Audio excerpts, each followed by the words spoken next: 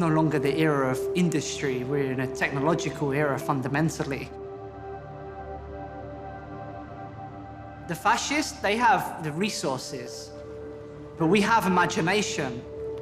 We are making the tools to take back our sovereignty.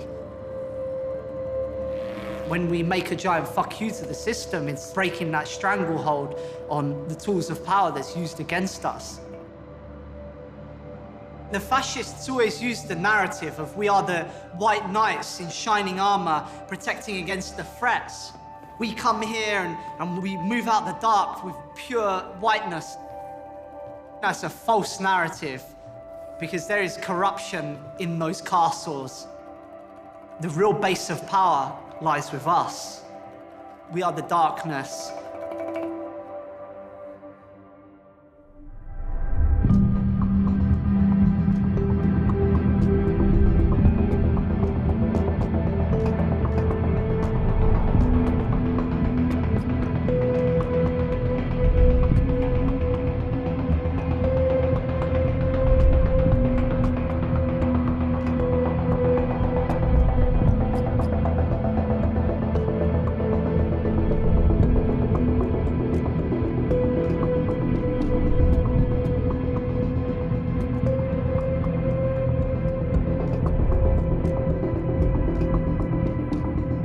A trial which potentially could have very far-reaching implications has just started in New York City.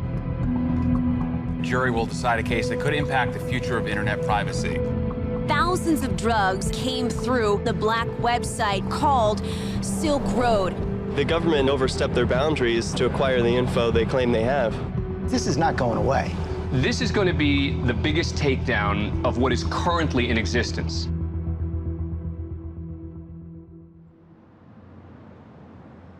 On January 13th, 2015, a criminal trial began for the accused leader of the Silk Road, a black market in an area of the internet known as the deep web.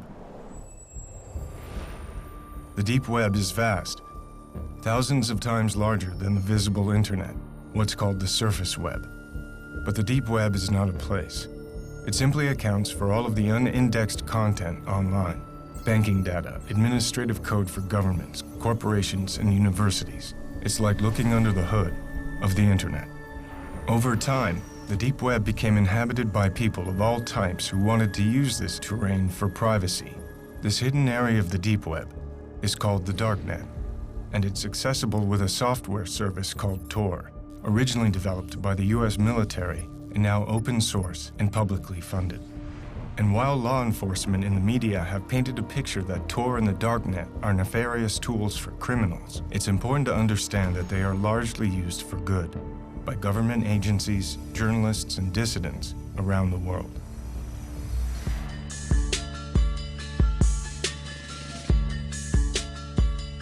In the summer of 2011, an ad for the Silk Road appeared on the darknet.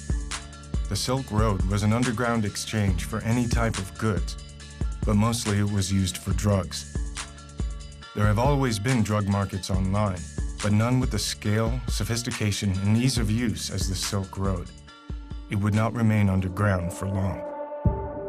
Hundreds of thousands of users use the impossible-to-trace website which sells drugs, forged documents, and even hitmen. It's called the Silk Road. Just look at some of the 13,000 items offered through that underground site.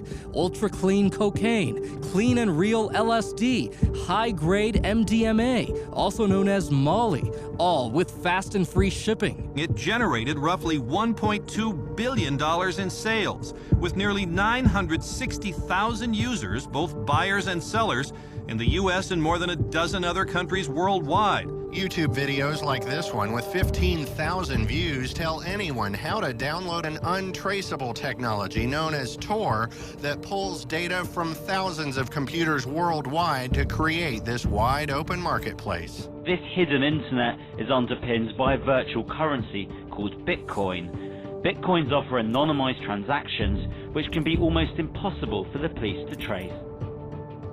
Heroin, opium, cannabis, ecstasy, psychedelics, stimulants, opioids, and here they are, suboxycodone and all of those, codeine, black tar, heroin. You name it, they have it. They're all listed in the light of day. Unbelievable. The Silk Road's success was largely due to an innovative combination of Tor and Bitcoin. Bitcoin is a technology that uses cryptographic code to create digital currency.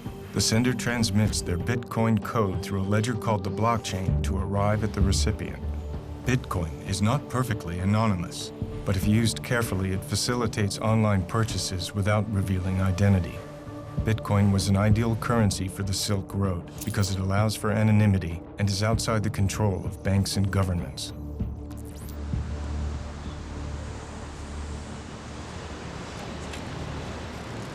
I really became aware of the Silk Road when Adrian Chan at Gawker did his profile.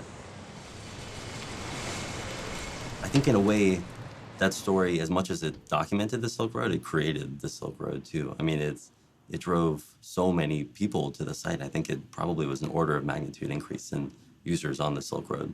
So from that point on, that felt like I had missed the story, and I wanted the next big story on the Silk Road. But I was also just fascinated with the community that was, being created there. eBay doesn't have that kind of user community. This was like a really tight-knit movement of people. It was a fascinating thing just to lurk around it. It's a certifiable, one-stop shop for illegal drugs that represents the most brazen attempt to peddle drugs online that we have ever seen. It's more brazen than anything else by light years. I mean, they had a really big, target on their back, and they even had been taunting, to some extent, law enforcement and, the powers that be by doing this in the open. And that's actually part of what these marketplaces are about. It's not so much about selling drugs as much as it is to make a political statement of sorts, right? This shouldn't be prohibited. We're free to do what we want, and we have the technology to do it, so there. The news around the Silk Road came almost entirely from law enforcement and government officials with little insight from those who were behind the market itself. So the core architects and vendors of the Silk Road were sought out. Using encryption keys to verify their identities and preserving their anonymity, this is the first time they have spoken publicly. The Silk Road forums were a better community than I've ever seen in real life. There were many threads that had great political and philosophical discussions. Sure, there were illegal things going on, but this was a real community of like-minded people. The Silk Road didn't appear to have a single leader. There were the regular posts from the system's administrator, but otherwise the service appeared to be primarily community-run. Then on February 5th, 2012, after a highly successful first year of business, the Silk Road administrator made an announcement. I need an identity separate from the site and the enterprise of which I am now only a part. I need a name. Drumroll, please. My new name is Dread Pirate Roberts. You're the Dread Pirate Roberts, admit it. With pride. The Dread Pirate Roberts was cribbed from the mythical character from the novel and film The Princess Bride, and the choice was no accident. In the original story by William Goldman, the Dread Pirate Roberts was a nom de guerre handed down from user to user and passed along eternally. The man I inherited from was not the real Dread Pirate Roberts either. The real Roberts has been retired 15 years, and I have been Roberts ever since. I shall retire and hand the name over to someone else. This Dread Pirate Roberts, or DPR, would come to spearhead the Silk Road forums and was generally assumed to be the creator and owner of the site. The Dread Pirate Roberts, to me, seemed to be kind of the most interesting figure in that whole world. On the Silk Road forums, he was constantly posting these manifestos and love letters to his users and libertarian philosophical treatises, and he even had like this Dread Pirate Roberts book club where he hosted discussions of Austrian economics and free market philosophy. At the same time, nobody knew who he was. He had never spoken to the press before. I approached him on the Silk Road forum mid-2012 and started kind of just like trying to persuade him to talk, chipping away at him and just bugging him constantly. The actual trigger, I think, that made him decide to talk was this competing dark website called Atlantis. They were really much more aggressive in their marketing than the Silk Road. They put out this YouTube video advertising Atlantis as the new, better dark web drug site. So when I went back to the Dread Pirate Roberts and said, I'm going to do this story, it can either be about Atlantis or it can be about you, I think he realized that, he was a savvy business guy who realized he had to talk at that point.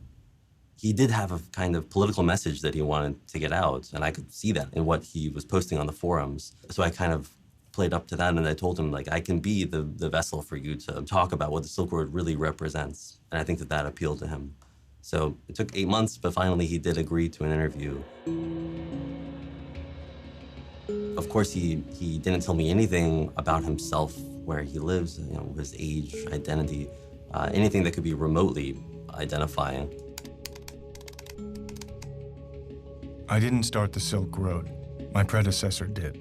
From what I understand, it was an original idea to combine Bitcoin and Tor to create an anonymous market. Everything was in place. He just put the pieces together. The most I'm willing to reveal is that I am not the first administrator of Silk Road.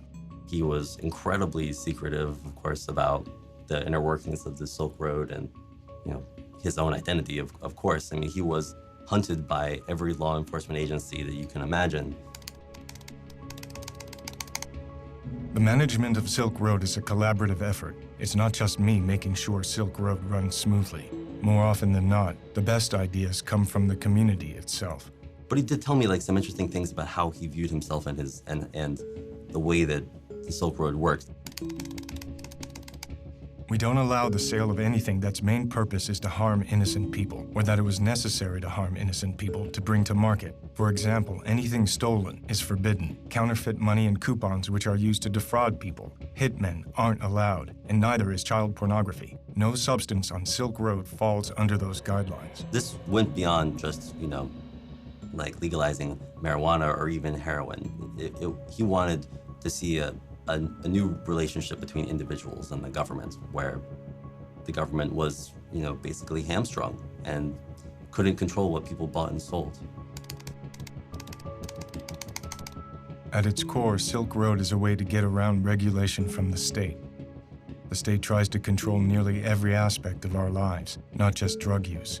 Anywhere they do that, there's an opportunity to live your life as you see fit, despite their efforts.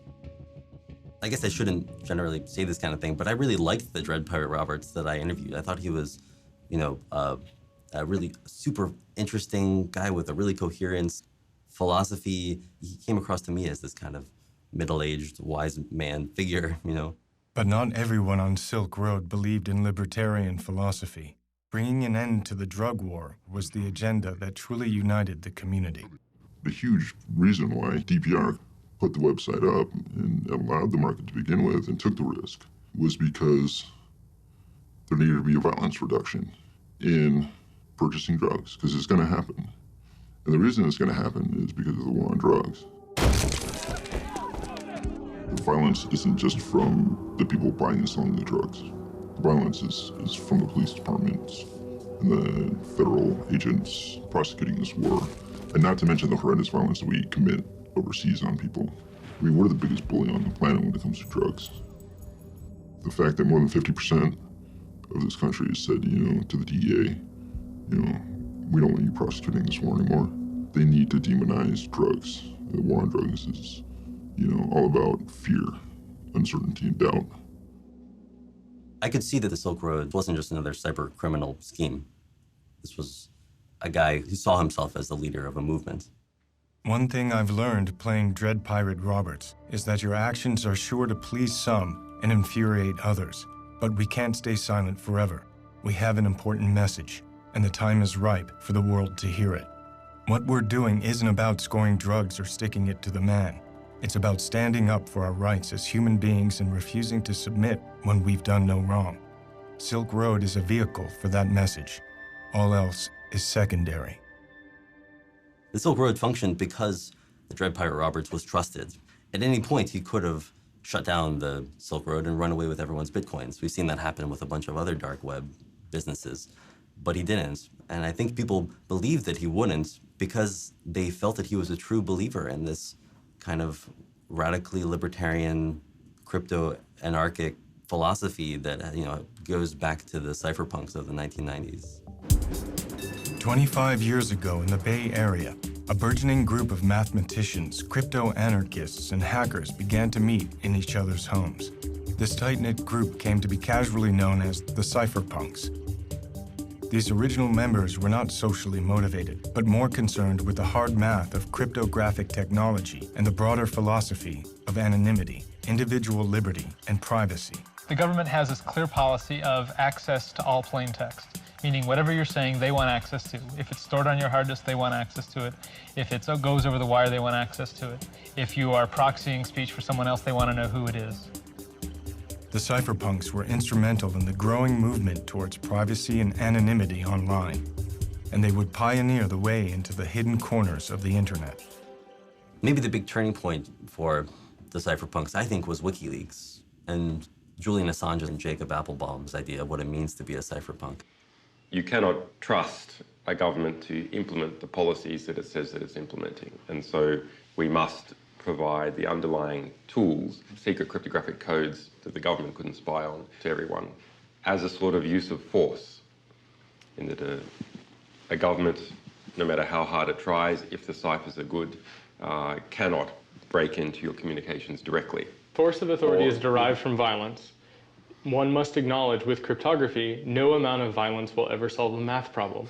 Exactly. And this is the important key. It doesn't mean you can't be tortured. It doesn't mean that they can't try to bug your house or subvert it in some way, but it means if they find an encrypted message, it doesn't matter if they have the force of the authority behind everything that they do. They cannot solve that math problem. This movement is not about the destruction of law. It is about the construction of law. These are guys who want to create encryption tools that everybody can use. It's not just for the elite. It's trying to shift the way that the internet works to provide secrecy and anonymity and privacy to everyone. It's a much more populist movement. There is a community of people in the security and cryptography space who want to live in a world where the government cannot record their emails, cannot listen to their telephone calls, cannot see who they're spending time with, and they're trying to build tools. They're trying to build protocols and services that can facilitate that kind of anonymous and private exchange of information. I actually think this all comes down to wanting to live a free life and the recognition, which really predates all technology, that an observed life is not a completely free life, that a zone of privacy is just a core human value. And the technology, to me, is just an incarnation of those basic human values. And I think that the people who are trying to build currencies that are free of tracking and government control and technologies that let you have a private conversation and those kinds of things are just people who are seeing that the technology can both enable and disable that space. There are more cypherpunks than ever before. They want to entirely cripple the government's ability to enforce law. They want cryptography to make the rules instead of law enforcement. Cody Wilson is a crypto-anarchist best known for developing the Liberator, a 3D printable gun that was downloaded 100,000 times in 2 days. When a group of baby boomers are told, okay, now 3D printers will print guns, they can do nothing but say, well, it's been nice living in the world I used to know. We want to question the very foundation, evacuate the very foundation that this order, moral, ethical, political, is founded.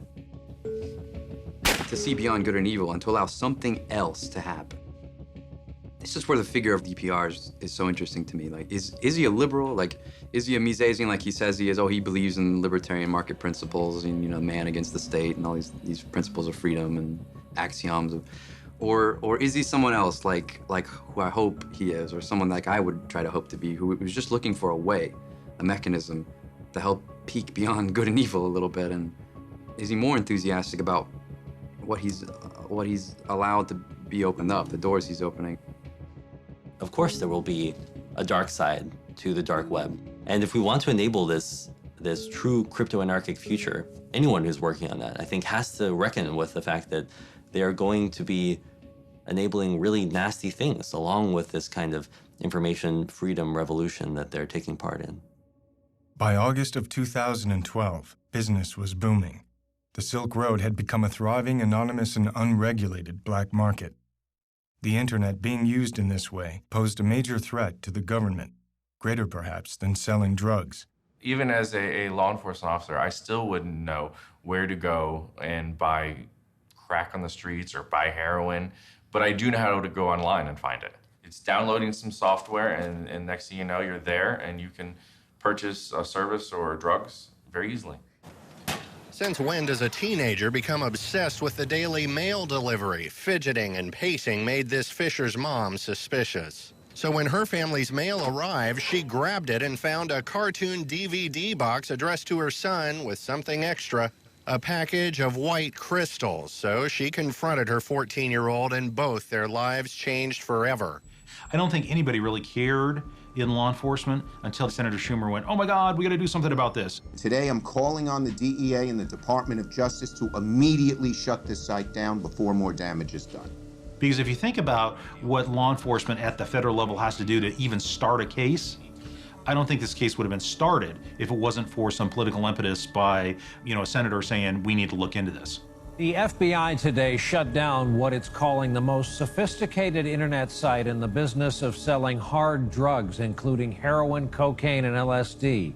Anyone trying to log on to the website today found this notice shut down by the FBI. It was a sophisticated electronic smokescreen, and it took federal agents almost 2 years. They were able to infiltrate the site, but they made some of these purchases themselves using undercover identities. The secretive Dread Pirate Roberts was arrested in the most unlikely of places, this local public library in this San Francisco neighborhood. The FBI seized $3.6 million of Bitcoin's biggest haul in its 5-year history.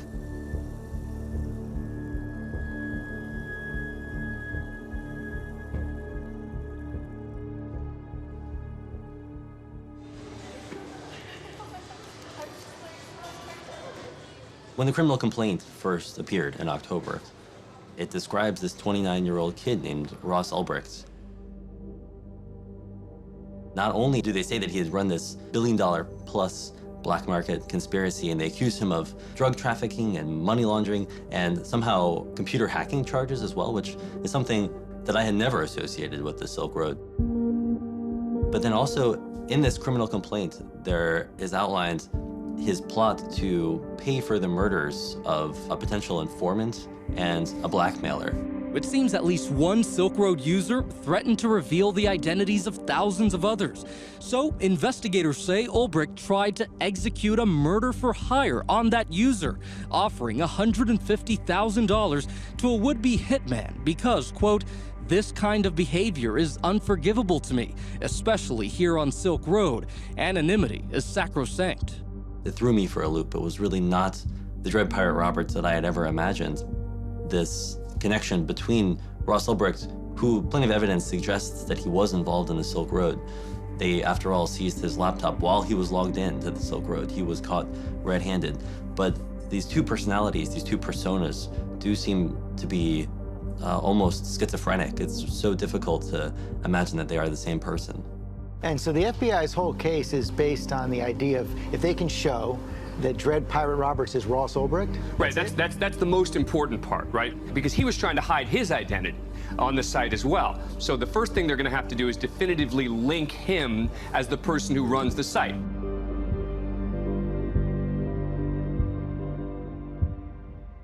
Oh man, it was yesterday, actually. I was on my computer and I was on Facebook, and there's this guy that I know, and he's very into like Bitcoin and cryptocurrencies and stuff like that. And he posts this article, and it says, Ross Ulbricht arrested. And I pull up Lynn's G-chat, and I'm like, what is going on? Like, why is I looking at Ross's picture, about being arrested? What is this? She says, we don't even know. We're leaving Costa Rica right now. I mean, they were on their way, but blew my mind. I mean, totally blew my mind.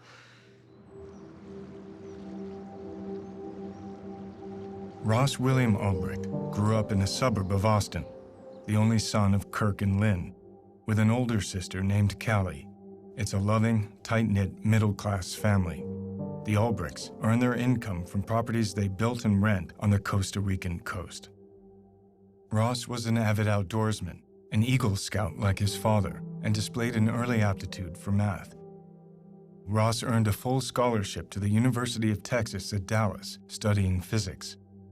He graduated in 2006 and then won another full scholarship to Penn State to pursue a master's in material science and engineering. It was at Penn State that Ross began a deep interest in libertarianism, particularly the work of Ludwig von Mises and the Austrian School of Economics. Yet by 2009, having completed his master's, Ross seemed to be having a change of life plan, telling his mother he no longer had an interest in pursuing a career in science and instead wanted to become an entrepreneur. Ross moved back to Austin and opened his own used book company, Good Wagon, donating a portion of the proceeds to an inner-city youth program and to a prison literacy project. I remember him saying when we had coffee the last time we saw each other, I remember him saying that he wished he had joined a fraternity in college. And I remember saying, well, that's surprising. You know, I didn't really understand that perspective. And I just remember him thinking, well, he focused a lot on his studies in school and maybe didn't create the social network that he was looking for in school. But as far as where we saw each other going or where we saw ourselves going, I think we both had a strong desire to be in control of our destiny. You know, again, like when he started the book company, totally natural, not even something that I would have questioned, where there are a lot of people that would never start their own business. But for Ross, sure, you know, why not? But the business floundered, and Ross eventually shut it down. And if a post on his LinkedIn page was any indication, Ross had experienced a kind of epiphany on the next way forward. Albrecht wrote, "Now my goals have shifted. I want to use economic theory as a means to abolish the use of coercion and aggression amongst mankind. To that end, I am creating an economic simulation to give people a first-hand experience of what it would be like to live in a world without the systemic use of force." From this moment in late 2010, Ross became something of a free spirit, eventually leaving his parents' home in Austin to live with his sister Callie in Sydney, Australia, and then returning briefly to Austin. Throughout this period, as far as his family knew, Ross's means of employment was working on freelance projects in computer finance. I am Renee Pinnell, age 29. Today is December 6th, 2012, and we are in the Jewish Contemporary Art Museum, and relationship to partner is best friend. So Ross, how did you come to live in San Francisco? You twisted my arm until I said, fine, I'll come. I get a phone call from Renee. "Ross, call me up. I got an opportunity for you." I'm like, okay. And he's like, "Yeah, I'm doing this startup here in San Francisco. I want you to be a part of it." The more I thought about it and the more he laid out the pros and cons, the more it all just seemed like cosmic and the right thing to do. So, I bought my ticket, and 2 weeks later, I showed up at his doorstep. As Ross Albrecht was making his way from Australia to Austin, and eventually to San Francisco, the Silk Road was online and growing steadily. So naturally, it sparked the attention of federal law enforcement, and specifically the wing of the DHS, called Homeland Security Investigations, housed in the old Customs House in Baltimore, Maryland. You have postal inspectors in Seattle and Customs and Border Protection intercepting mail shipments coming from overseas, full of drugs, full of currency. And one thing that happens is they all lead back to the Silk Road. And you have a number of independent investigations sort of cropping up around the same time frame, following different leads, but all leading back to the same place. At the same time, the New York Cybercrime Division of the FBI began their own investigation, headed by Agent Chris Tarbell. And there were people essentially online 24/7 as part of the team that was monitoring and gathering even just a little bits of evidence. Informants were activated.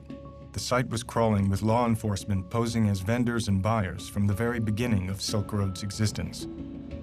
In early 2012, HSI partnered with Tarbell's FBI investigators as well as the DEA to mount an undercover operation called Marco Polo with the intention of penetrating the inner sanctum of the Silk Road. I had a package seized from China in January 2012 and thought nothing of it. I kept business as usual, which was a stupid move.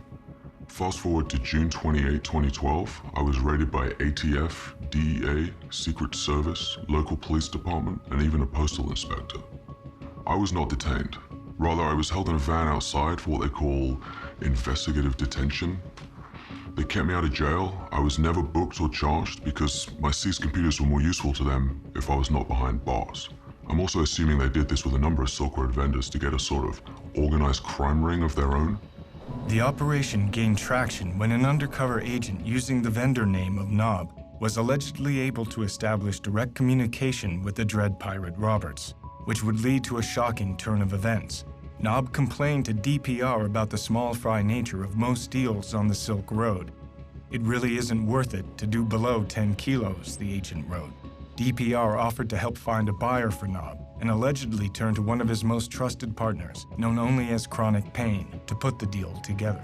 Chronic Pain had been one of the core administrators of the Silk Road from the beginning, a frequent contributor to the forums who shared the Silk Road vision for reducing harm in the drug trade. But these halcyon days were about to end. In order to facilitate this drug deal, Chronic Pain gave the informant his home address. Federal agents immediately apprehended Chronic Pain at his Salt Lake City home and were surprised to discover that this 47-year-old family man named Curtis Clark Green was a darknet criminal. At some point, they're going to catch one of those people. And what do you do in a typical drug case? You roll that person over as a cooperating witness. And in this case, one of them, they got really lucky. And he was an administrator on the system. Green had access to other Silk Road's users' accounts and financial records, including Dread Pirate Roberts. I have to assume he will sing, DPR wrote to Knob, the undercover agent. I'd like him beat up.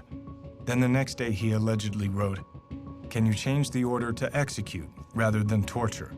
A murder was staged, and a photograph of Green's bloody body was sent to DPR, who paid for the hit in Bitcoin. There would be 5 more alleged murders for hire, including ordered hits against a blackmailer, a scammer, and an apparent contract with the Hells Angels.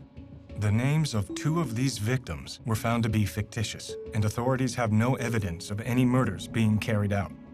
The alleged attempted murder of Curtis Green allowed the authorities to obtain an indictment against Dread Pirate Roberts, charging him with drug offenses, attempted witness murder, and murder for hire. Of course, they still had no idea who the Dread Pirate Roberts actually was. So the embedded agents continued to communicate with DPR, and DPR continued to respond.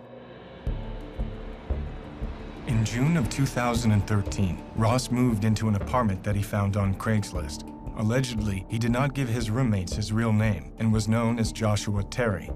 At the same time, IRS agent Gary Alford was investigating the Silk Road and through a simple Google search was able to locate an early email on the open internet discussing the launch of the Silk Road marketplace and connect that email to an account owned by Ross Ulbricht.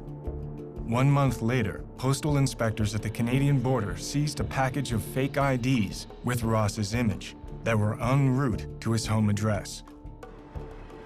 Ross was visited at his apartment by several DHS agents. The agents handed Ross a false California driver's license that bore his picture but a different name. Ulbricht denied ownership or knowledge of the fake IDs, and the agents simply left. If you suspect somebody may be involved in a large-scale criminal enterprise, going and knocking on a door with some evidence of fake IDs is important. Because you can see the guy face to face. You may get some useful information out of an interview. You may or may not want to take him into custody on the spot. Let's sit back and let's really go after this in a much more global way, if you will, because there's a lot more here than just one count of fake IDs. The next big break in the case would be achieved by FBI agent Tarbell and his cyber crime team, who had somehow located the Silk Road servers in Germany and Iceland. How these hidden servers were found has been a matter of controversy, but the FBI had their own copy of the Silk Road server, and now they hope to finally unmask the dread pirate Roberts. And I decided that there was a flaw in this setup somewhere. I couldn't quite put my finger on it, but there was a flaw, and I called up my partner, said, there's a flaw, we've got a limited amount of time, we need to make our money and get out now. Over the course of a year, a Chicago-based agent from the DHS named Jared Deryagian had been embedded in the Silk Road, now posing as a high-ranking moderator named Cirrus.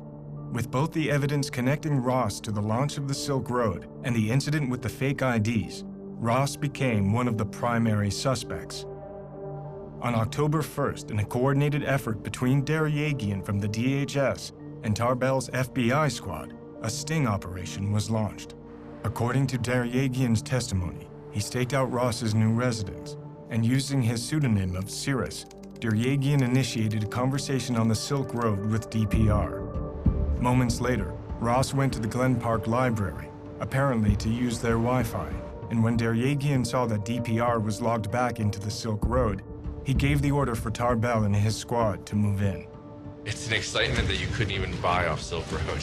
All the drugs you could buy on the site, it's not the same exciting as catching the guy. It's an adrenaline rush.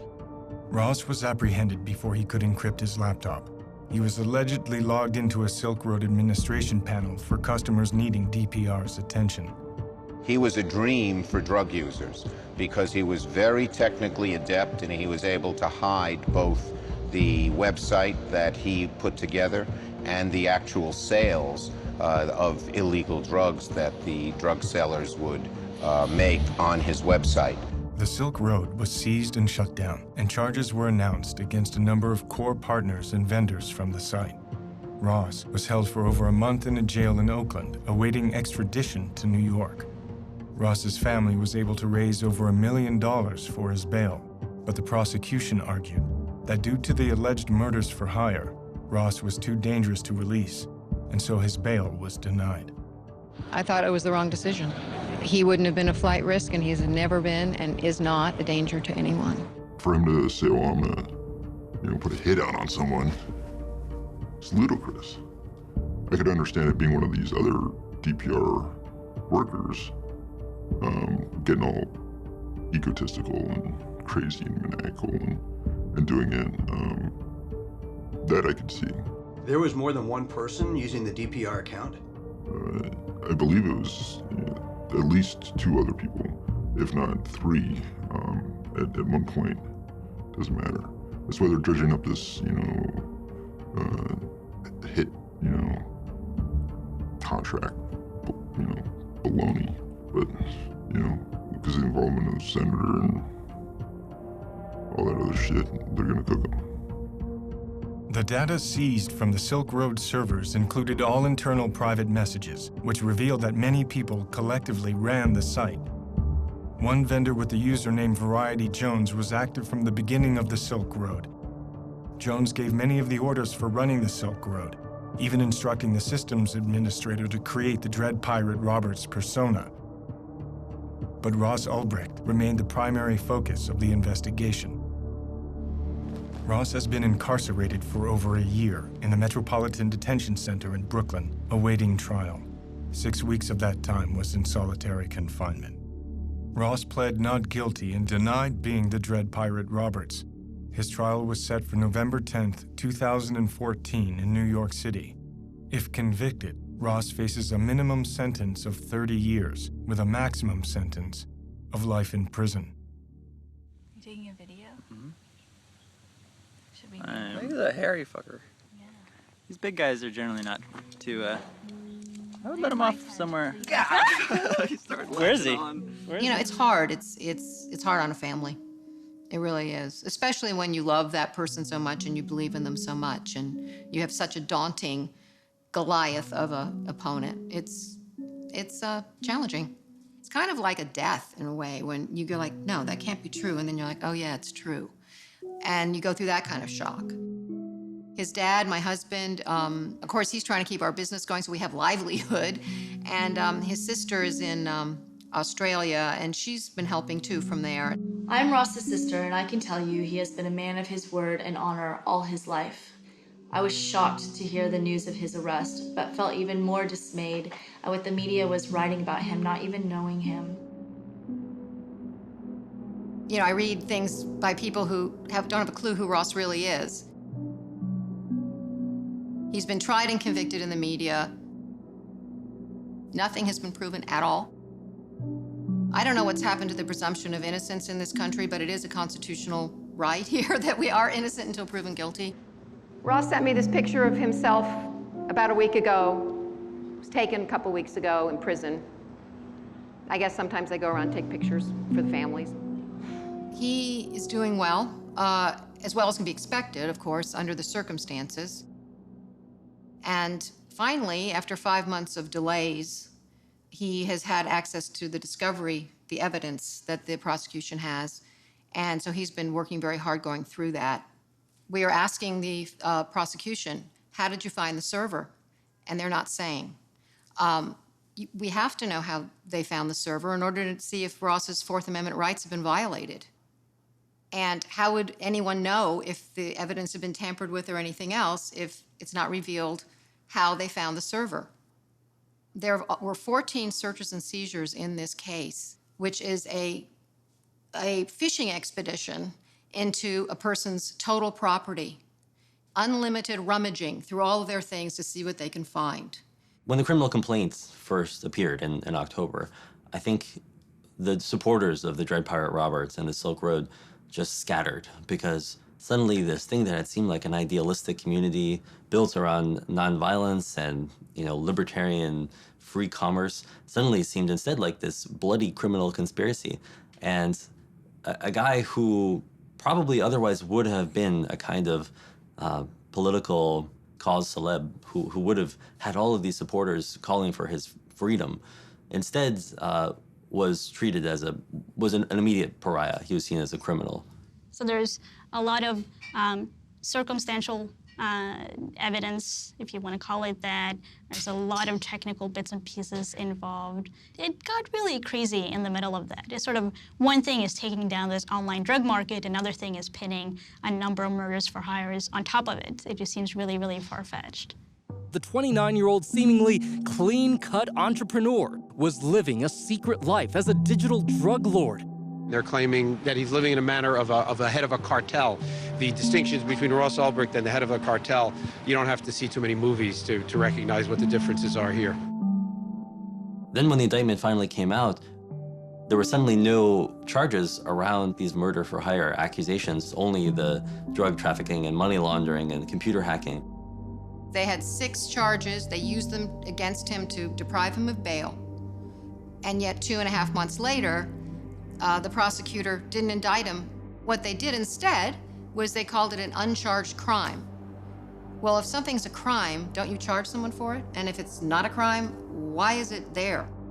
Because it's prejudicial to a jury to have that sitting there, unproven, just smearing him.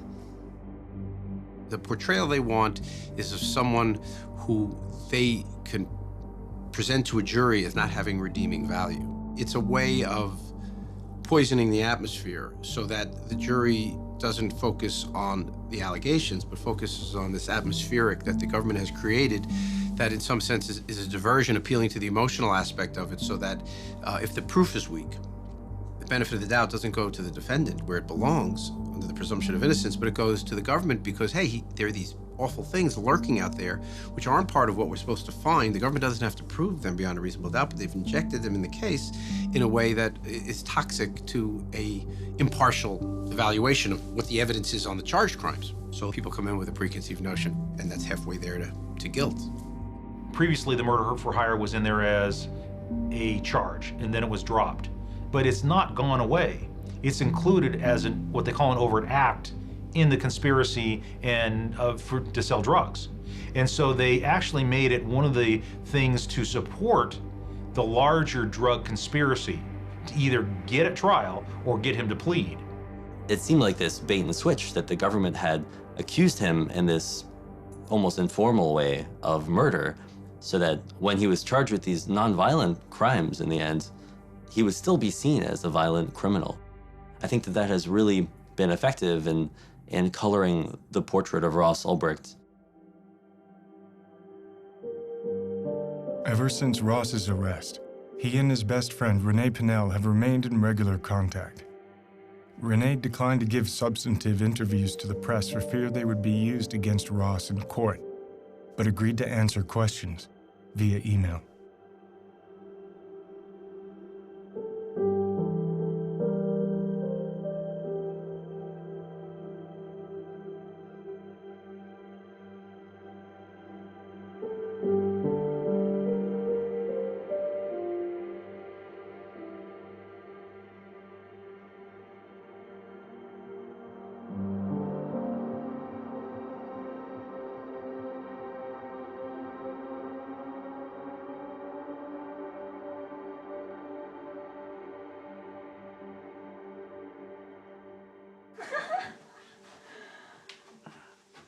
I'm a little teapot, short and stout. Here is my handle, here is my spout. When I get lost, hear me shout. Tip me over and pour me out. Yay! Because of the severity of the charges, Ross was not able to grant an interview from prison, which left only a scattering of his personal photographs and movies. But from the exhaustive discussions with friends and family, and the public knowledge of Ross's trajectory, from physics and engineering major to running a small homespun bookselling company, it was difficult to understand how he could possibly have been the sole mastermind of the Silk Road, a vast and complex internet service with over 1 million users worldwide. Ross was certainly bright and studious with a deep interest in libertarian economic theory, which clearly echoed the mandate and philosophy of many of the posts of the Dread Pirate Roberts. But he had no experience whatsoever in computer coding or scaling large internet companies. So how did Ross connect to what little is truly known about the Dread Pirate Roberts? DPR was motivated by a pacifistic philosophy and an agenda of creating victimless exchange and reduced harm in the drug trade.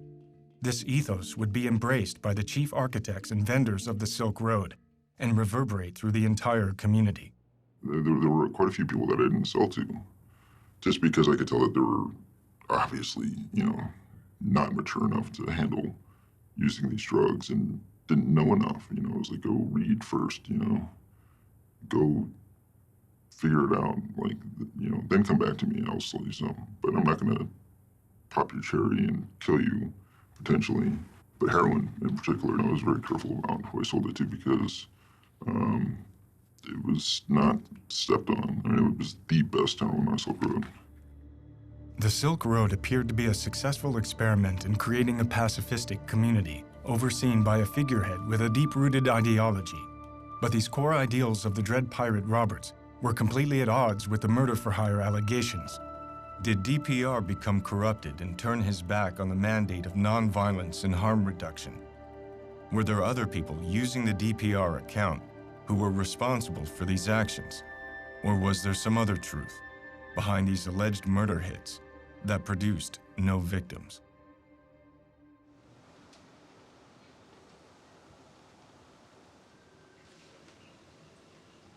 We don't know the first piece of evidence that led the feds down this chain of investigation to the San Francisco library where Ross Ulbricht was arrested. All we know is that at some point they located the Silk Road servers in a data center in Iceland and imaged them. They copied all the data off of them and seized them. But we don't know how they found those servers. The whole idea of the Silk Road was that it ran as a Tor hidden service, which means that Tor protected its physical location and made it very difficult to locate the computers that ran it. So the mystery of how the FBI or the DEA or possibly the NSA located those servers is still unsolved. And in fact, hasn't been mentioned in any of the legal documents surrounding Ross Ulbricht's trial. I think his defense has seized on this as something that the government doesn't want to talk about. And if that's the case, then it does raise these Fourth Amendment issues of can the government use essentially hacking techniques to dig up evidence on a criminal suspect? And if so, what kinds of warrant do they need?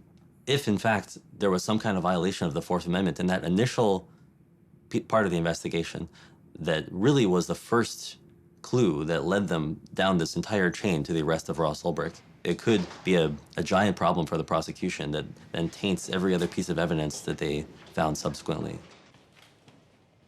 The government has prosecuted other people for doing essentially what the government did here, which is trying to get underneath the public face of a website. And they have alleged that getting at information that's not supposed to be publicly accessible by sophisticated computer inquiries or activities, that is a violation of federal law. So here, and that's why they always say, we didn't do anything wrong, we didn't do anything in violation, but they really know what's at stake here because they've actually prosecuted people for the same thing. And the government's affidavit, the affidavit from Agent Tarbell about how they got to the Silk Road servers has been met with incredulousness by the internet community. The Tarbell Declaration, to put it politely, seems vaguely disconnected from the truth. Depending on which security expert you ask, you will get it's vaguely disconnected to the truth to something filled with it is a massive pile of bovine excrement. What Tarbell's story is he was typing away his computer, visiting the Silk Road website, and the CAPTCHA was transmitted in the clear, and he somehow saw the IP packets go directly to the server. And so he then connects to that server and gets the CAPTCHA. Game over, they found the back-end server.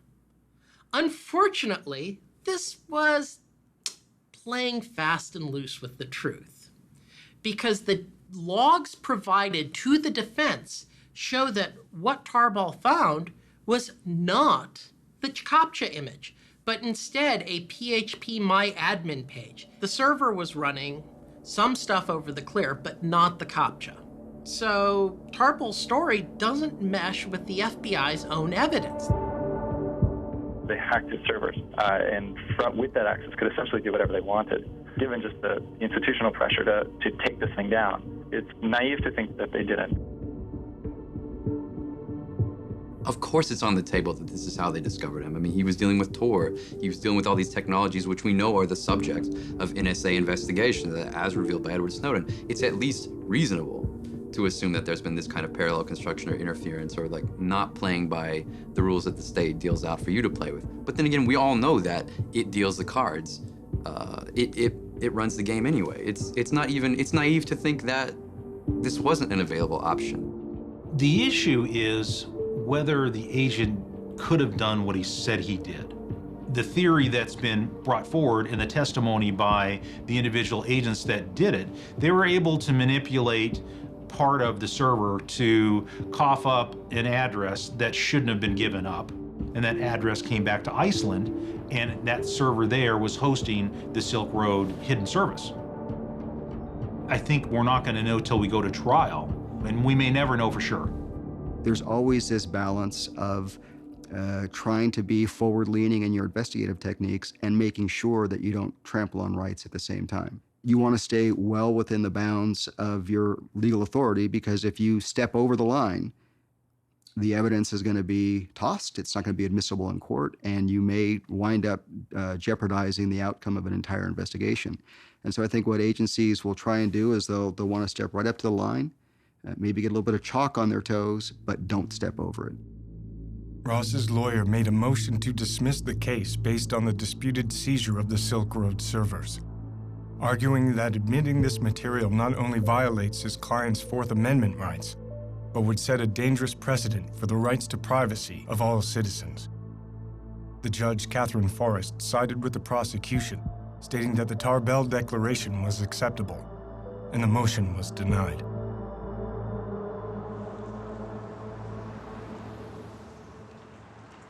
Search and seizure law in the digital age is really doesn't have the limitations on it that it does in the physical space.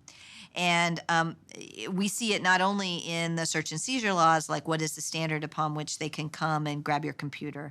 What kind of searches can they do on your computer once they have it? Do they just get everything? We see this at the border, or we see this at search incident to arrest. People now carry around smartphones that have their whole lives in them.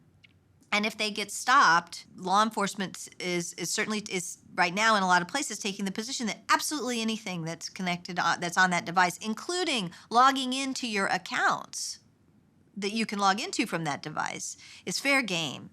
If the prosecution gets away with this warrantless seizure of Americans' data, as well as all these other foreigners, it could have a lasting precedent for how the Fourth Amendment works in the digital age.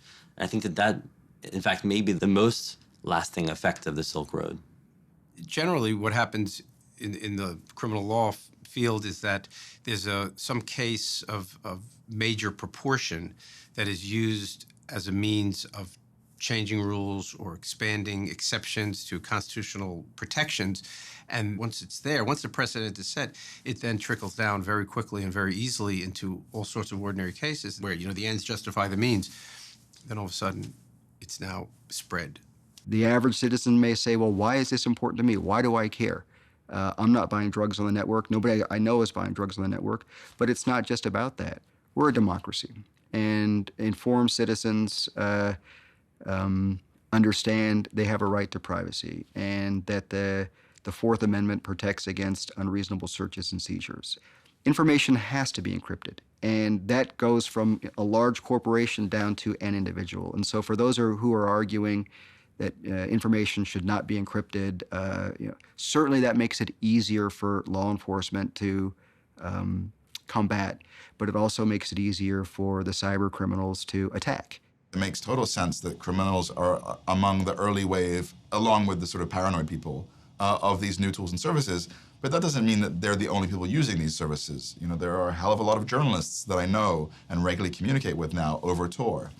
But, for the people who oppose this technology, who see it as a threat, the fact that criminals use it is a great way to demonize it. I definitely do believe that there are people in the U.S. that don't think that the government is doing anything wrong. It's not necessarily something that you're concerned with or that you care too much about or that you're really passionate about until you're standing right in the middle of it. And it's something far more dangerous than any website could ever be.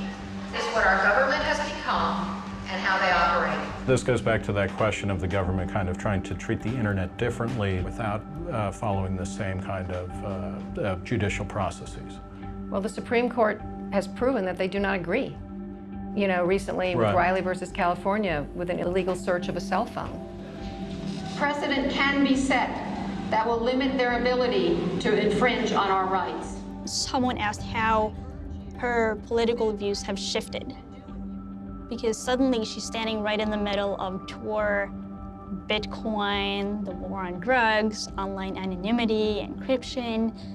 And she's had to learn a lot of different things, and also not only just the whole legal system, but everything around the technology and the case. After over a year in prison, Ross delayed the trial 2 months, stating that important discovery evidence he needed to examine had only just been delivered to him by the prosecution. The FBI shut down what it calls the most sophisticated and extensive criminal marketplace on the internet, but it may be finding new life. The arrest of Ross Ulbricht and closure of the Silk Road did nothing to hamper drug sales on the darknet. Many new markets immediately appeared, including a relaunch of the Silk Road itself, also run by someone calling themselves the Dread Pirate Roberts. And like its predecessor, the second Silk Road also claimed a mandate of reducing violence and harm in drug transactions. The Dread Pirate tweets, "Silk Road, while under my watch, will never harm a soul. If we did, then we are no better than the thugs on the street." The new Dread Pirate Roberts told me that he knows he can't be around forever, and when he's gone, he's confident someone else will step up and fill the void. You could take down the man, but you can't take down the idea. By this time, statistics appeared claiming the first Silk Road had succeeded in its mission of reducing violence in the drug trade.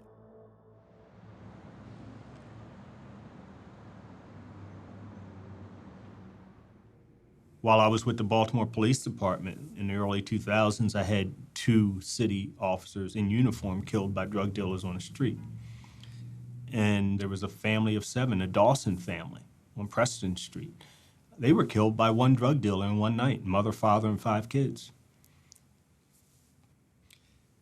And so as the years in the early 2000s start moving along, I'm continuing to think about this from a place of violence and beginning to realize that our policies of drug prohibition were actually counterproductive to public safety.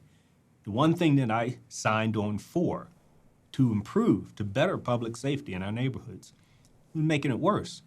And I found a large number of police officers and judges and criminal prosecutors and DEA agents and FBI who think the same way. If Baltimore moved from street corners to online services, oh my God, you know how many shootings, how many fewer shootings we would have every year, which equate to fewer homicides?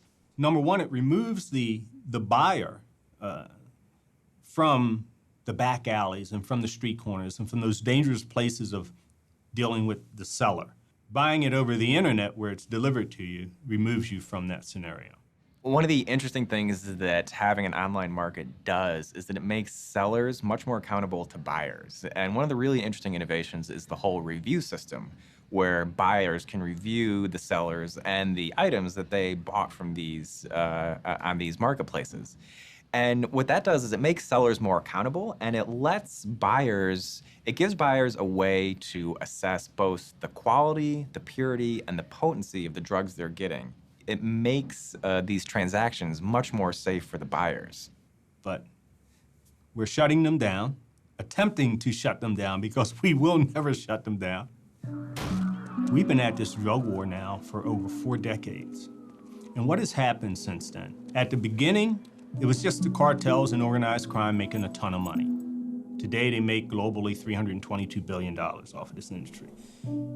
Corporate America is also now in the game.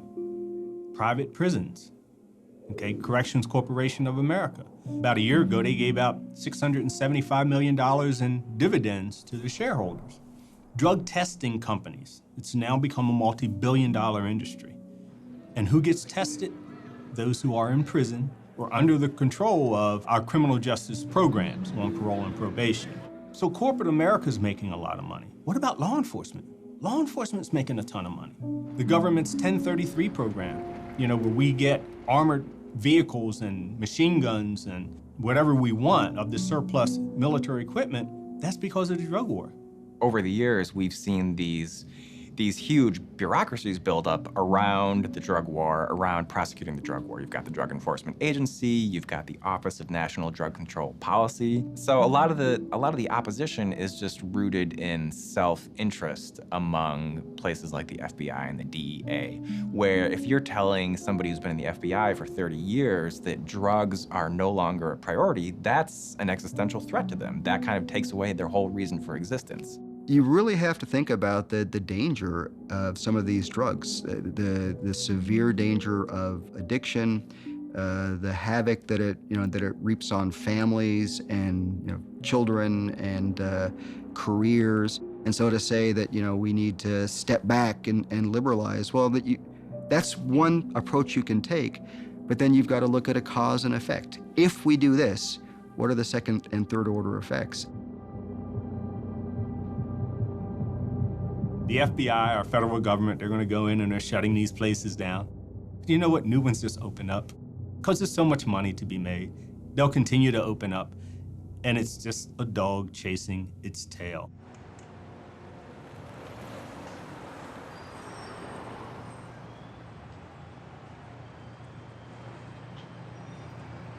We're a team, and we've been working on this thing together right from the start. The way it's affected me is in some ways very much the same as affects Lynn, but I don't have to go out there and talk to reporters. And we kind of set it up that way. It's hard enough having your loved one in prison, but then the whole media thing it definitely adds a pressure. I've known for a long time that the media wasn't reporting the whole story, that it was skewed. I see what Lynn and I are doing as a pushback to that. Ross has been in there a year, and he's avoided all violence, even though it's been around him. That has matured him, for sure. The fact that he's come out of this unscathed so far speaks volumes. He seems serious. You know, there's a lot at stake. He's feeling good that we got the extension.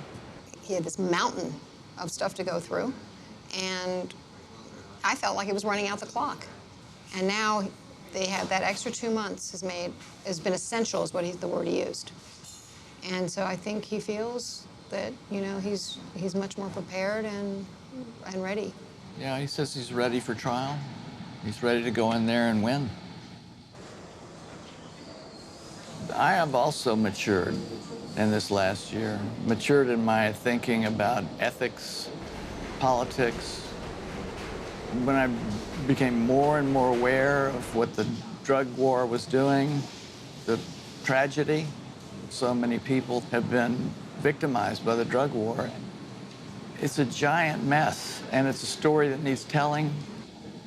And we've got a pulpit, in a way, to tell it from.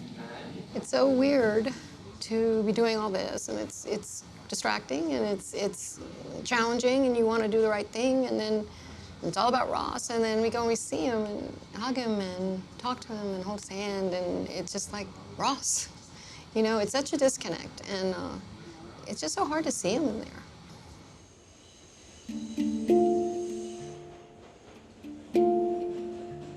Being in the prison visiting, it's a very emotional experience because there are all these families there, and they get to see their loved one 1 hour a week. And so they're soaking each other up, and you're in a room of 150 people sitting side by side, tight-packed, and there's just all this emotion saturating the atmosphere.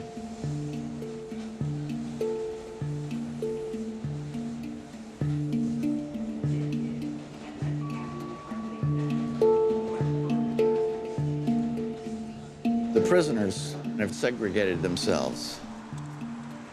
But as loved ones coming to visit, there's no sense of segregation, race at all. We're just 150 people whose hearts are breaking.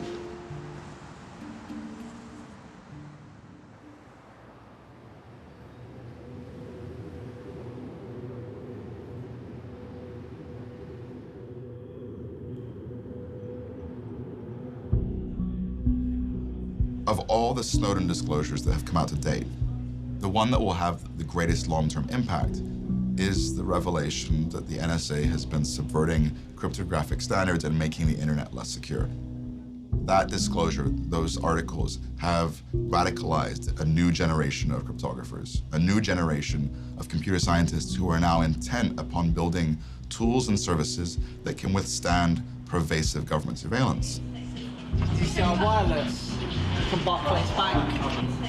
They like Bitcoin, so they're supporting our work. They're providing us with free Wi-Fi from the bank. In the fall of 2014, as Ross was preparing for his trial, a group of hackers, programmers, and activists met in a squat in the center of London. This gathering represented the next wave of the darknet, developing new and evolved cryptographic tools that would not be so easily shut down. Open source is incredibly powerful. Open source is responsible for WikiLeaks, Wikipedia, Linux, which runs all of our infrastructure, for Firefox, for BitTorrent, for Bitcoin, for all of these, for encryption, for all of these real uses of tech, not the yuppie Angry Birds or silly apps that these people make, you know? Open source is also an example of how we can organize economically, an example for the future, to build the products we need without needing proprietary industry, without needing the points of control, without needing masters and slaves and babysitters. It's not enough to build privacy-preserving tools. It's not enough to write revolutionary research papers and design amazing cryptographic primitives. You have to get them into the hands of the users. And I think in the future, what you'll find is that tools like Tor, tools like OTR, like PGP, like Bitcoin, will be built into the services and applications that you use, and you won't know they're there. We want to empower the individual, protect the small guy. We have a mistrust of central authority. We believe in freedom of information. First of all, we had the centralized drug marketplace, Silk Road. The governments went and shut that down, and then upsprouted dozens of different centralized drug markets. And in a game of whack-a-mole, they shut down one and now there's dozens. And now we're entering the realm of decentralized drug markets with no central operator, no central point of control. What are they gonna do? They're gonna continue to do these kinds of things. And even if it's a distributed network, peer-to-peer is worked continuously by the state and local law enforcement agencies, and they arrest people every week. On November 6, 2014, law enforcement agencies around the world launched a coordinated effort called Operation Onimus, seizing hundreds of darknet sites, including the relaunch of the Silk Road. Bruce Schneier, the cryptographer, once said to me, in this cat and mouse game, the mice will win in the end, but the cats will be well fed. I think that that's the way to see it, that this game is going to continue forever. They're always reacting to us, and which is fine. But once they've reacted and they've shored up and they've figured out, these are the new defenses, you're not getting past this one, we just gotta sit there and pick at it and get around it again. We're always gonna win. We're always gonna win. There's a reason the Silk Road was so powerful, and I know the cryptos now are writing the kind of automatic Silk Road. Amir helped do this. This is now the peer-to-peer model where there's no one individual administrator, and seeing that as the weak point. Technically speaking, this is all correct, but there's something kind of, I don't want to make him a hero, don't want to say that he's a hero, but DPR recognized what was at stake, and he was willing to do the things that most of the libertarians weren't willing to do because he was serious about, I think, what the Silk Road meant. 3 weeks before the trial, the issue of the murders for hire suddenly resurfaced. The prosecution announced that due to these allegations, they would not allow Ross's defense to know the identities of their witnesses. The defense responded that using these uncharged crimes in this manner was prejudicial. A hearing was called to resolve the matter. The judge ruled that some of the witnesses won't be made available to the defense until right before the trial. It's based on her saying that Ross might intimidate or even murder people from jail.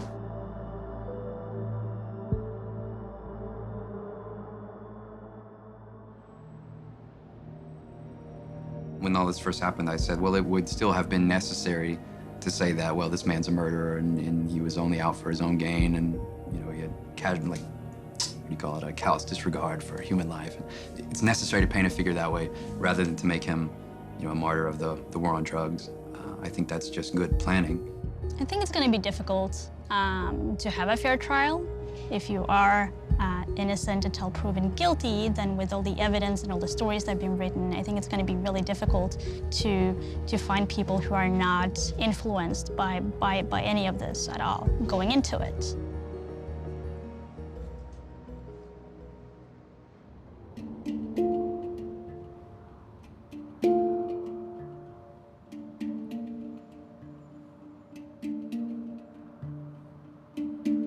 The day before the trial, Ross provided a written statement. It was the closest anyone would get to an actual interview.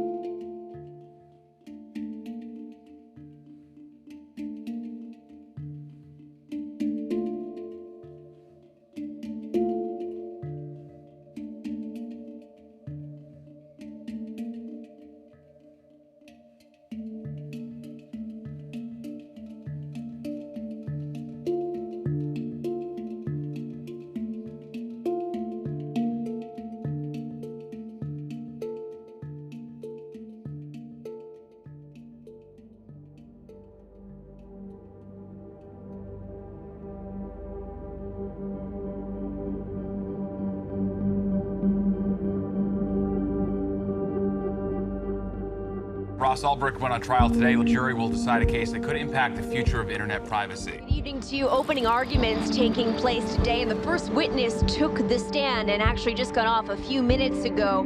A Homeland Security investigation special agent who testified saying thousands of envelopes of drugs I think everyone was surprised that Ross Ulbricht and his lawyers took this to trial in the first place instead of just taking a plea deal like pretty much everyone expected. And today we saw why, which is that they've actually got a pretty compelling alternate narrative of how this whole case is played out. The story that De.ep is telling, that Ross did create the Silk Road, which is an amazing admission to begin with, and that the real operator of the Silk Road, the Dread Pirate Roberts, framed him. It's a kind of theory that I'd never heard posed before, that instead of Ross being the Dread Pirate Roberts, he was framed by him. But in many ways, you know, it's something I should have expected because it's what the Dread Pirate Roberts told me when I interviewed him in July of 2013, that he didn't create the Silk Road, that he had inherited it from its creator, kind of like a business acquisition. The FBI has told me that that was Ross Ulbricht lying to me. If it is a lie, it would require just a lot of foresight and planning, kind of like an amazing game of chess or something. In the first days of the trial, the prosecution presented evidence that Ross kept a journal on his laptop describing his involvement in the Silk Road, and that the Bitcoin seized from his laptop came directly from the site, while the defense would argue that Ross abandoned the Silk Road after creating it, and that the journal and the Bitcoin were planted on his laptop. Andy, you interviewed Dread Pirate Roberts. What's the evidence connecting Dread Pirate Roberts to Ulbricht directly? Well, in the first couple of weeks of this trial, which is ongoing now, we've seen that the prosecution has a very strong case. Once they seized his laptop, they found that he had kept a journal. You know, if this is in fact Ulbricht's journal, his defense claims it's not, right. He documented the administration of this site for years. He has a logbook of daily activities. So this is a really tight case. It's going to be very difficult for Ulbricht to squeeze out of it. Underneath in the deep web, we have an area where this young man, according to the government, has made a decision that he's going to run an illegal drug empire. And we need to stop you. Swift and certain prosecution and ultimate certain punishment. As the trial continued, De.ep planned to reveal the government's own evidence showed they suspected multiple people of running the Silk Road. During his cross-examination of DHS agent Deryagian, De.ep was able to expose that the agent had long suspected another person to be the Dread Pirate Roberts, going so far as to seek a warrant for this suspect. The prosecution protested this entire line of questioning on the grounds that it was hearsay. The judge sided with the prosecution, and De.ep was no longer allowed to question government witnesses about alternate suspects that came from the government's own evidence. When the time came for De.ep to begin his defense, he intended to use expert witnesses to explain that the complex technology behind encryption and cryptocurrency made it difficult to prove that the journal and the Bitcoin belonged to Ross. The prosecution objected to these witnesses, claiming they should have been made known earlier in the trial, and they were not necessary for the jury's understanding of the case. Once again, the judge sided with the prosecution, stating that this case did not require specialized knowledge. Without expert witnesses, and unable to pursue the government's own evidence of an alternate DPR, De.ep's entire defense was effectively blocked. The trial ended abruptly the next day.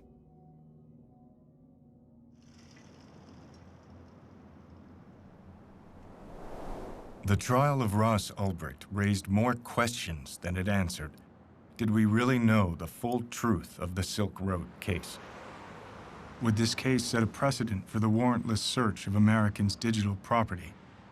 Whatever the ultimate outcome, it was clear that the fall of the Silk Road was not the end of a chapter, but the beginning. And the movement to create tools and services for online privacy is stronger than ever. The trial of Silk Road mastermind Ross Ulbricht concluded when the jury found him guilty on 7 different counts. It included 3 drug charges, as well as computer hacking, money laundering, and even a kingpin charge of continuing a criminal enterprise. Now, Ulbricht faces a minimum of 30 years behind bars, but his defense plans to appeal this decision. Anyone here, all of us, are going to be judged by things for which there is no attribution in real life. There's only attribution on the internet where things can be created, modified, edited, moved, hacked. Was it a fair trial? No, I don't think so. As the actual verdict was read, the word guilty was said 7 times. Ross was just staring straight ahead. I don't know what was on his face, but afterwards he turned back to look at his family, and he had this really heartbreaking kind of stoic smile, and he wasn't crying, but he was just blinking, like blinking hard. And then as he was led away, his mom said, "This is not the end." You know, that was it. The evidence against Ulbricht was so powerful, and De.ep's strategy had been to try to cross-examine every government witness and to pull out his alternative story through that cross-examination. And when the judge essentially shut that down and said, you have to limit your cross-examination to the scope of the government's initial questioning, that really prevented him from telling any other story. We have a much more informed perspective than the rest of the world. We have meetings that we've had with Josh through the last year and 3 months, regular meetings. We know about how he felt like he might win the case in cross-examination. We know that the government, that his witnesses were blocked from testifying. We were in the courtroom and we saw what happened and the travesty, the appalling obstruction of justice that happened. There was 5,000 pages of government evidence to do with one witness alone, Jared Yegan. None of that was allowed. 5,000 pages, and it was dumped on the defense 10 days before trial. Another 2,500 pages for other witnesses was dumped on the defense a week before trial. And it was full of exculpatory evidence favorable to Ross that was not permitted to be used. All this great, huge field of evidence that came out in the 3,500 material a week before trial that was that would help prove Ross's innocence was excluded from being brought out in the courtroom. It would have been a whole different case. This was the trial that didn't happen. The trial just didn't happen because it was only the prosecution's narrative that we heard. So then what about the hacking of the Silk Road servers? What about the precedent issues of the case? We didn't get that far. You know, we didn't get to even have that kind of public hearing where the FBI has to say how they did it, and then we get to decide whether that was legal or illegal. That's maybe the most frustrating thing about this case from a legal point of view, is that American law enforcement hacked a foreign server, I believe, and they didn't have a warrant, and they completely got away with it, and nobody even gets to ask any questions about it. How is Ross through all of this? He's an amazing guy. You know, he's handling this so much better than I would have. I don't know how I could have taken what he's put up with and been subjected to in this last year and 3 months. And we pray that his spirit won't be crushed by this. It seems that Ross conceived of the Silk Road, that he ran it for its entire existence online. I actually accept that the government has proven that. But Ross Ulbricht is a fascinating character. He invented this brilliant thing. He had principles. He wasn't just a cybercriminal. He wasn't just a drug lord or a kingpin, as he's described in these charges. He was also an idealistic guy. And I'm going to be conflicted about both the kind of virtue of the Silk Road and of Ross Ulbricht as a person, I think, for the rest of my life. I'm not going to be able to come to a conclusion about this.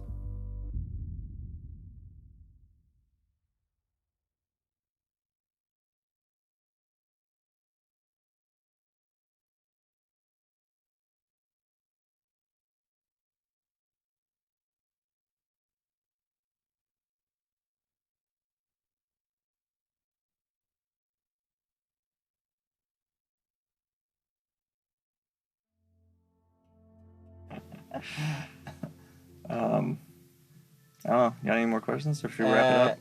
Yeah, future outlook. What are you gonna do over the next 5 years? Like one sentence. I'm gonna